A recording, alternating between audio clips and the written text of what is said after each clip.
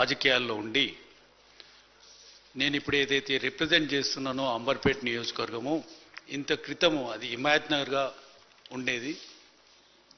నియోజకవర్గాన్ని నుండి ఎన్నోసార్లు ఎమ్మెల్యేగా ప్రాతినిధ్యం వహించాలని తెలుగుదేశం నుంచి కోరుకున్నప్పటికీ అతనికి 2014లోనే ఆపర్చునిటీ రావడం, 3 సార్లు గెలవడం చాలా గర్వకారణం. అధ్యక్ష, నాకు మాగంటి గోపీనాథ్ గారితో దాదాపుగా 20 సంవత్సరాల నుంచి పరిచయము. గోపి గారు తెలుగుదేశంలో చాలా యాక్టివ్గా ఉండి సిటీ అధ్యక్షునిగా ఉన్నప్పుడు పరిటాల రవి చనిపోయిన రోజు హైదరాబాదులో తెలుగుదేశం కార్యకర్తల మీద, లీడర్ల మీద ఒక 30-40 కేసులు రిజిస్టర్ కావడం జరిగింది అధ్యక్ష.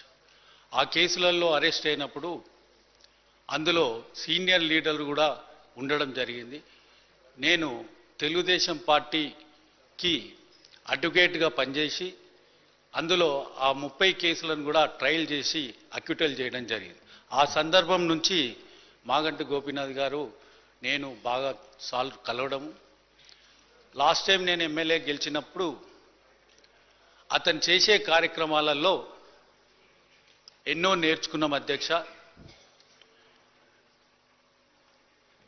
గవర్నమెంట్ ఇచ్చే కళ్యాణ లక్ష్మి, షాదీ ముబారక్ ఈ స్కీమ్లలో అతను 200 మందికి ఇచ్చినా 300 మందికి ఇచ్చినా ఆడపడుచులను అందరినీ పిలిచి వాళ్ళకు ఒక పట్టు చీర పెట్టి భోజనం పెట్టి వాళ్ళను చాలా అభిమానంగా చూసుకునే వ్యక్తి. అటువంటి విషయాలు ఎన్నో నేర్చుకున్నాం అధ్యక్ష. ఈ సందర్భంలో మీరు స్పీకర్ గారు ఉన్నారు, ముఖ్యమంత్రి గారు ఉన్నారు, క్యాబినెట్ అంతా ఉన్నారు. మా ఎమ్మెల్యేల అందరి తరఫున నేను ఒకటి విన్నవించుకుంటున్నా అధ్యక్ష. లాస్ట్ 17-18 మంత్స్లోనే మనం 2 ప్రజాప్రతినిధులను, ఎమ్మెల్యేలను కోల్పోయినాం అధ్యక్ష. మాకు అన్ని సౌకర్యాలు మీరు ఇస్తున్నారు అధ్యక్ష. గన్మెన్లను ఇస్తున్నారు, వెహికల్ ఇస్తున్నారు, పిఏని ఇస్తున్నారు, క్వార్టర్స్ ఇస్తున్నారు. కానీ ఒక పటిష్టమైన హెల్త్ ఇన్సూరెన్సు లేదు అధ్యక్ష. ఒక ఎమ్మెల్యే హాస్పిటల్ పోయినప్పుడు ఏ విధంగా హెల్త్ ఇన్సూరెన్స్ను వాడుకోవాలి, ఏ హాస్పిటల్లో పోతే ఎమర్జెన్సీ హెల్త్ ఇన్సూరెన్స్ అనేది ఉంటుంది, అటువంటి ఏవి మా వివరాలు మా ఎమ్మెల్యేలకు తెలియదు అధ్యక్ష.